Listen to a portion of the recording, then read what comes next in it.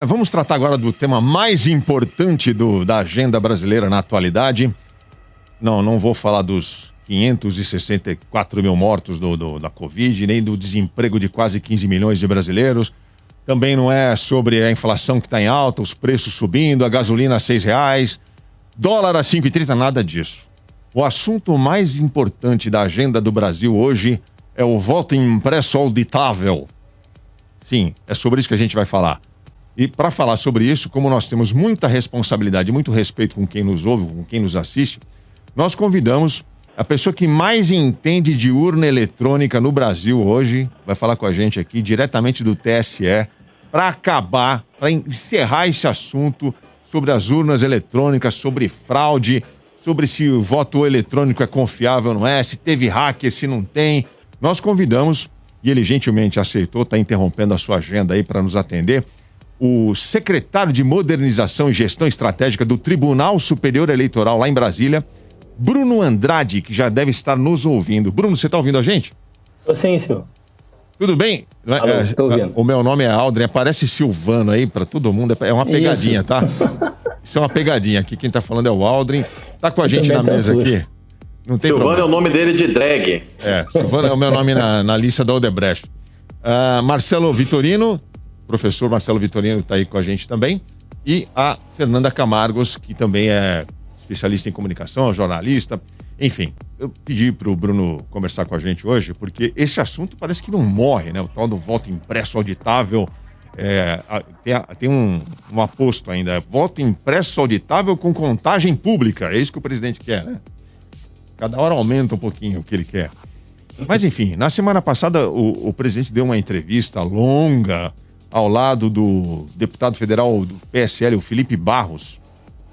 E eles deram uma entrevista bizarra, falando mais uma vez de fraude nas urnas eletrônicas, requentaram uma notícia lá de 2018, de um inquérito da Polícia Federal, que segundo eles o TSE estaria escondendo esse inquérito porque houve uma invasão hacker no sistema do TSE. Enfim, tem um monte de desinformação aí, a gente queria muito contar com alguém de dentro do TSE para falar sobre isso e conseguimos aí então o Bruno, que é o cara que mais entende de urna eletrônica depois do Barroso. Bruno, primeira pergunta assim básica, vou parecer meio óbvio aqui no que eu vou te perguntar, mas enfim, é necessário. O voto já é auditável? Boa tarde, Aldrin. É básico, mas é importante, né? O voto já é auditável. Então, a gente quebra o discurso justamente por isso. Então, criou-se um discurso partindo da premissa que o voto atualmente não é auditável. Aí criou-se um slogan, né? Eu sou a favor do voto auditável impresso. Então, isso faz um contraponto dizendo, não, o voto eletrônico ele não é auditável. Isso é uma inverdade. O que no máximo a gente poderia dizer tem outras auditorias disponíveis. E aí eu queria uma auditoria específica. E nem é essa a proposta que o Congresso Nacional está fazendo. Então, o discurso público é um e o que está na proposta do Congresso Nacional é outro. Então, hoje o voto é auditável. A gente tem uma série de auditorias que acontecem. Inclusive, empresas são contratadas para auditar a Justiça Eleitoral no dia da eleição. Então, a gente faz gasto público para isso. A gente tem tribunais de contas, forças armadas, associações... Partidos políticos eles têm a prerrogativa de participar, mas o histórico de participação é muito baixo. Então, a gente tem, às vezes, um partido vindo ou se habilitando, mas não comparecendo, que há um procedimento técnico para fazer isso. Então, tem que se habilitar pessoas que conhecem a matéria. Então, fica-se em testes públicos, tanto de assinatura de sistema, quanto de testes de segurança. No dia da eleição, qualquer eleitor, por exemplo, pode acompanhar o sistema de auditoria das urnas no dia da eleição. Então, sorteia-se urnas no sábado da eleição, urnas oficiais, que já estão preparadas para votar. Essa urna é sorteada, ela é retirada da sessão eleitoral, e aí coloca-se uma nova para a votação no dia seguinte continuar normalmente. Essa urna é retirada, vai para um ambiente controlado da Justiça Eleitoral com essa empresa de auditoria e você faz a votação em papel. Então, os partidos políticos preenchem cédulas com voto em branco, voto nulo, com candidatos de poder executivo, poder legislativo. No dia da votação, o ambiente é totalmente filmado. Você filma a urna, filma a pessoa que está operando a urna você pega essa cédula preenchida previamente pelo partido, mostra para gravação, para a câmera de TV, né? Faz a anotação similar na urna eletrônica e no final do dia, 5 da tarde, apura-se a votação em cédula para ver se bateu com a votação eletrônica, justamente para ver, por exemplo, se tivesse algum software malicioso que estivesse desviando a votação eletrônica. Então, há uma série de procedimentos, tanto de auditoria e de transparência no processo de votação. Então, esse discurso de que hoje o processo não é auditado e só o papel vem a auditar é uma fake news. Ainda que você considerasse que o papel pudesse ser mais uma forma de auditoria do sistema, ela seria mais uma. Então, mesmo quem defende no mundo, né, os teóricos do voto impresso que defendem no mundo, a necessidade de colocar voto impresso junto com o eletrônico, fazendo aquela teoria da independência do software, diz que é imprescindível continuar as auditorias que existem sem o papel. Então, auditoria no sistema, no código-fonte, nos hardware utilizados no processo de votação. Então, seria, vamos dizer assim, a auditoria é só por papel, então eu poderia acabar com tudo isso. Eu não tenho mais teste de integridade, eu não tenho mais teste de segurança. Não é isso que vai acontecer. Então, dizer que o voto não é auditado hoje é uma inverdade. Legal. Ô, Aldrin, eu acho que acabou o programa, né? Porque assim, depois dessa explicação, se a gente tiver gente com dúvida, velho, aí se tá com dúvida, tem que comer alfafa, vai me desculpar. Tem que meter um estribo na porta de cada sessão eleitoral. Sabe aqueles negócio mata-burro? Porque aí pronto, resolve o problema, cara. Não dá. Olha a explicação que o sujeito deu. Bom, é um especialista. O Bruno Andrade, vou repetir para quem está ligando o rádio agora, o Bruno Andrade, ele é o secretário de Modernização e Gestão Estratégica do TSE lá em Brasília, braço direito do Barroso, enfim, é um cara que entende tudo de urna eletrônica, é importante ele dar esses esclarecimentos. Vou fazer outra pergunta óbvia, porque são fake news que aparecem muito, Bruno, você vai me desculpar, mas eu preciso perguntar. A urna eletrônica, ela se conecta à internet? Tem Wi-Fi? Tem cabo? Não, a urna eletrônica não se conecta com a internet, ela tem algumas portas de entrada, mas para hardware. Então não é possível fazer uma conexão com a internet, e o software dela, a gente usa o sistema Linux, né, como software aberto. O software dela tem programações de que se você tentar espetar na urna algum dispositivo de conexão remota, o sistema trava. Então a gente tem uma série de dispositivos de segurança que, ainda que se fosse tentada uma invasão, a gente conseguiria bloquear. Então, nos testes de segurança que ocorreram desde 2002 até agora, as fragilidades que foram, e daí a gente quebra aquele discurso dizendo que a Justiça Eleitoral defende a inviolabilidade das urnas e do processo de votação. Não é isso, tanto que se fosse, a gente não fazia o teste público de segurança. Se fosse, a gente não fazia a abertura do código-fonte. Então, a gente busca defeitos, possibilidades de melhorias, e alguns foram achados. Então, por exemplo, o teclado da urna não é um teclado simples, porque os teclados normais, geralmente, ele trabalha com frequência para diferenciar qual é o número, né? Então, se você pegasse algum decodificador de frequência, você poderia, em tese, conseguir desembaralhar a sequência de dígitos que o eleitor fez. Então, o teclado da urna tem toda uma tecnologia por trás dele para evitar esse tipo de situação. A gravação do voto na urna, ele é feito de forma embaralhada, criptografada, com criptografia fornecida pela ABIN. Então, não é o Tribunal Superior Eleitoral que cria essa criptografia. Tudo isso são mecanismos que fazem com que a urna eletrônica seja standalone, né, é o que a gente usa. Então, ela não tem uma conexão com a internet. E aí, eu sempre brinco, né? Se você não confia na urna, você tem que trazer o motivo da urna. Aí vem outro argumento. Não, mas eu confio na urna, eu não confio na totalização. Então, esse tipo de argumento, ele é furado porque se a urna eletrônica, se você confia na urna, a eleição acaba quando a urna imprime o boletim de urna. Então, qualquer eventual tentativa de manipular a totalização, o tal do supercomputador, as tabelas mirabolantes que aparecem aí dizendo que 256 vezes é mais fácil ganhar na Mega Sena do que a repetição de valores, se você confia na urna eletrônica, qualquer eventual tentativa de fraude na totalização estaria prejudicada com 30 segundos. Nos pequenos municípios, Aldrin, o candidato e o partido sabe o resultado da eleição muito antes da Justiça Eleitoral. Porque num município que tem 10 urnas, Então, com uma calculadora, você contabiliza os 10 boletins de urnas em 30 segundos. Esses procedimentos na eleição, o oficial tem que fazer: extrair o boletim de urna, pegar a mídia de resultado, levar para um local da Justiça Eleitoral, validar a oficialização desses sistemas, mandar para a contabilização em Brasília, e só depois disso é que sai o resultado. Vamos dizer que um município pequeno vai receber o resultado da eleição 5h30, 5h40 da noite. A eleição acaba às 5 horas, 5h30, 5h40 da tarde sai o resultado oficial. 5 horas e 1 minuto, a população já está em festa na rua, comemorando o seu resultado, porque ele já sabe o resultado da votação somando BU.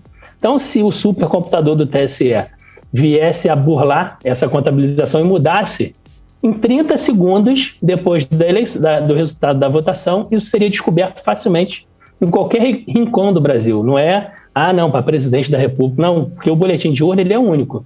Então, eu voto para presidente, para governador, para deputado federal, deputado estadual. Então, se eu burlei um dado naquele BU, eu vou ter os dados corretos para o outro, mas para aquele que o cara soube o resultado rapidamente, a gente vai conseguir burlar. E esse boletim de urna eletrônico, ele está nos 2 dias seguintes depois da eleição na internet, para você ainda conferir aquele físico que foi colocado na sessão com o emitido eletronicamente que foi contabilizado. O Bruno usou uma palavra agora, ele falou código-fonte. Vocês repararam como tem... como apareceu especialista em código-fonte na internet, agora nas redes sociais? Eu estou lembrando da época das vacinas, quando começaram a pipocar as vacinas. O que apareceu de especialista em vacina? Não, porque eu quero tomar uma que tenha o adenovírus inativado, porque a do vírus ativado. E todo mundo virou especialista em vacina. Agora estou vendo um monte de especialista em código-fonte, não sabe nem o que está falando. Afinal de contas, o que é o código-fonte? Esse código-fonte... ele é público, não é? O Bolsonaro falou que o hacker teve acesso ao código-fonte. Falou isso na semana passada. E que por isso ele teria, sim, fraudado as eleições. Além dele ser público, Bruno, por favor, explica se ele é um código aberto ou se ele é um código fechado. Uhum. Vamos lá. O código-fonte, primeiro que não é um código-fonte. A gente tem vários códigos-fonte, porque a gente tem vários programas que rodam no ecossistema eleitoral, aquilo que eu falei. A votação não é só a urna eletrônica. A gente tem o software da urna eletrônica, a gente tem o software de totalização, a gente tem o software de geração de mídias. Que software é esse? É o software que gera as mídias com os candidatos e com os eleitores para colocar na sessão eleitoral, que a sessão, a urna, ela é um computador vazio, vamos dizer assim, toda eleição ela é zerada. Então você tem que dizer para aquela urna eletrônica quais são os eleitores daquela sessão e quais são os candidatos que podem escolher. Esse software, e todos esses softwares, eles têm um ambiente de produção e um ambiente de teste, um ambiente de desenvolvimento. Um desses softwares que foi objeto dessa denúncia do presidente Bolsonaro em relação à invasão dos sistemas da justiça eleitoral foi o GEDAI, que é o sistema de geração de mídia. Então, o que esse sistema faz? E foi um ambiente ainda em desenvolvimento, não foi o de produção. Esse sistema, ele prepara o ambiente da urna para que quando eu chegue lá na minha sessão eleitoral e digite meu título, saiba que o meu nome, eu tenho que votar naquela sessão ali. E quais são os candidatos? Então, por exemplo, uma mídia de resultado numa eleição municipal de São Paulo é diferente de uma mídia de resultado, de uma mídia do GEDAI da eleição do Rio de Janeiro. Por quê? Aqueles 400 eleitores das sessões são diferentes e os candidatos daquela sessão também são diferentes. Então, um candidato a prefeito no Rio de Janeiro, por exemplo, não tem o número 90, e no Rio de Janeiro tem. Então, a gente não pode preparar a mesma mídia em vários lugares. Esse ambiente, o GEDAI, foi o objeto da suspeita de invasão pelo hacker, foi um ambiente de homologação, não foi de produção, que usam chaves, né, assinaturas eletrônicas distintas. Então, essa tentativa de invasão está sendo apurada pela Polícia Federal, então não foi um esconder da Justiça Eleitoral. A Justiça Eleitoral falou quando foi demandada e a Polícia Federal que tem o poder de abrir ou não o sigilo. Então, esses códigos-fontes, que tem em vários, eles são abertos, então a gente baseia o nosso código-fonte em software livre. Então, o software da urna, por exemplo, é o Linux. Então, a gente já usou em algum tempo o Enterprise da Microsoft, hoje a gente usa o Linux, desenvolvimento a partir de linguagem aberta, e ele é aberto ao público competente. Então, a gente tem uma série de legitimados, então a Polícia Federal faz perícia, partidos políticos podem fazer perícia, a Câmara dos Deputados, o Senado Federal, instituições da sociedade civil, então, por exemplo, laboratórios de tecnologia de faculdade, de programa de pós-graduação, todas essas entidades podem vir 6 meses antes da eleição, pegar esse código-fonte, fazer em ambiente controlado, até há um estudo no TSE para que esse código-fonte seja disponibilizado online, mas tem que se avaliar também alguns direitos empresariais nisso. Porque o que acontece? O código-fonte, ele é público, ele é gratuito, vamos dizer assim, código aberto. Só que há outros no ecossistema de programas utilizados que têm propriedade intelectual. Então, por exemplo, a criptografia da ABIN, a gente não pode abrir para o público sem autorização da ABIN. Então, há o estudo de publicar na internet esse código-fonte. Alguns países já usam esse tipo de metodologia, mas hoje ele já é publicado a vários interessados. Então, a gente tem várias instituições que têm acesso ao código-fonte 6 meses antes, pode fazer vários testes que quiser no código, verificar códigos maliciosos, verificar erros no código, e a gente tem que sempre lembrar, o objetivo dessa transparência não é só buscar fraude, é buscar erro também. Pode ter tido algum erro de segurança que pode ter quebrado o sigilo do voto, por exemplo. Claro. Ô Bruno, você me disse aí, você citou Polícia Federal e a ABIN envolvidas nesse processo todo, além de outras instituições. Bom, desde quando nós temos urna eleitoral, a digital? 96, foi a primeira eleição decorrente de uma fraude em 94. De 96 para cá, com toda essa galera reunida, incluindo a Polícia Federal e a ABIN. Forças Armadas também. Alguma vez alguém sinalizou pela possibilidade de fraude? Não, nenhuma. Mesmo quem defende dessas instituições, quem defende o voto impresso, como mais um mecanismo de auditoria, em momento algum levou em questão a fraude. Então, o Diego Aranha, por exemplo, que é um dos que mais criticam a forma de votação no Brasil, achando que tem que ter sistema de voto impresso, ele já veio a público falar que ele defende isso por uma maior transparência, mas não por dúvida de existência de fraude.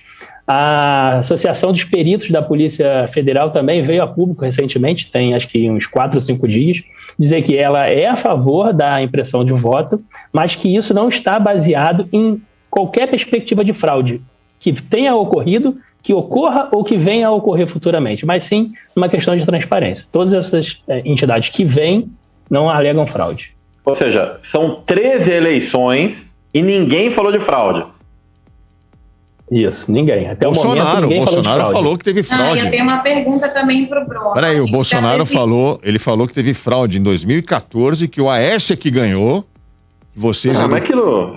Exatamente, essa era a minha pergunta. Estava ligada com isso aí. Fala aí, o Aécio perdeu, né? Ele pediu aí uma recontagem. E a pergunta é: alguém que já perdeu colocou em xeque a confiabilidade da urna? Olha, isso vem acontecendo no mundo todo, tá? Não é só no Brasil, que normalmente quem perde as eleições ou quem ganha e tem uma visão autoritária de poder critica a legitimidade dos pleitos. Isso acontece no mundo todo, não é só no Brasil, tá? A gente vê facilmente isso acontecer. No Brasil, sempre houve, tá? Crítica à justiça eleitoral. Normalmente o perdedor sempre critica dizendo que é fraude. Eu sempre brinco que, normalmente, o candidato a vereador em município pequeno conta os seus votos a partir do sorriso que dão para ele quando ele vai comprar pão na padaria. Então, a pessoa sorriu para ele, ele conta um voto. Então, se ele não teve, no dia da eleição, a quantidade de sorrisos refletida em votos, ele entende que foi fraude da justiça eleitoral. Hoje em dia não mudou. Hoje em dia é like. O pessoal acha que like é voto. É isso. Então, a pessoa contou 1.000 sorrisos no final de semana da eleição indo à padaria. Se ele não tiver 1.000 votos na urna, se ele tiver 13, se ele tiver 14, se tiver 15, ele fala que a justiça eleitoral roubou os votos dele. Então, esse tipo de ataque, ele é comum. Agora está vindo mais institucionalizado, mais estruturado. Mas ele sempre aconteceu. A eleição do Aécio teve isso. O PSDB fez uma auditoria ampla, né, nas urnas. Chegou, a auditoria disse que, no mesmo sentido da Polícia Federal, por exemplo, que seria melhor ter um sistema com auditoria impressa, mas que não verificou qualquer possibilidade de fraude. Então, o PSDB já veio recentemente, o Aécio também veio, mesmo sendo defensor do processo impresso, veio recentemente dizer que confia no resultado de 2014. A história de que o Brasil é o único país que tem urna eletrônica. Isso é verdade? Não isso é mentira. Fake news, tem pelo menos 35 países que usam, então a fake news que rola é que o botão apenas que usa e esqueci o outro. esses países usam em âmbito nacional. Só que isso é de acordo com o sistema eleitoral nacional. O Brasil é nacional, a legislação eleitoral. Nos Estados Unidos, por exemplo, não. Então, cada estado escolhe o seu. A Louisiana, onde é maioria conservadora e o Trump ganhou, usa o sistema eletrônico igualzinho nosso, com urna eletrônica sem papel. Então no estado da Louisiana, nos Estados Unidos, o Trump ganhou as eleições no voto eletrônico. Sem papel. Porque tem alguns estados nos Estados Unidos que usam eletrônico com papel. E ele não pediu, tá vendo? Para auditar os votos. Isso. Olha só. Uma outra pergunta. Caso a gente atenda aí o pedido do Bolsonaro e passe a ter o voto impresso auditável do jeito que ele quer. Supondo, na hora da contagem ali, o número de votos digitais e o número de votos impressos, esses números não batam no final? Um fica com mais, outro fica com menos? O que acontece?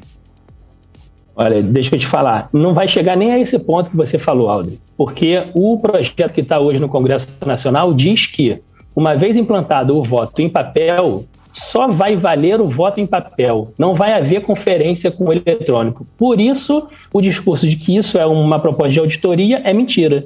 Não, então, esqueçam isso, gente. Esse daí já morreu, já foi. Não vamos nem falar disso daí. Eu acabei de voltar numa reunião lá com os senadores, isso não passa mais nem se Jesus Cristo vier pedir por eles. Então pode esquecer essa hipótese, vamos por outro. A proposta do Congresso não é auditoria. A proposta do Congresso é você ter a caneta esferográfica mais cara do mundo. Em 94, a gente preenchia a cédula com caneta.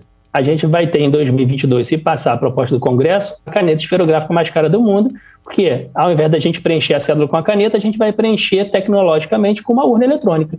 Então a urna só vai servir para preencher a cédula, que é ela que vai ser o resultado da eleição. O projeto do Congresso diz que, uma vez implantado, só vai valer o dado em papel.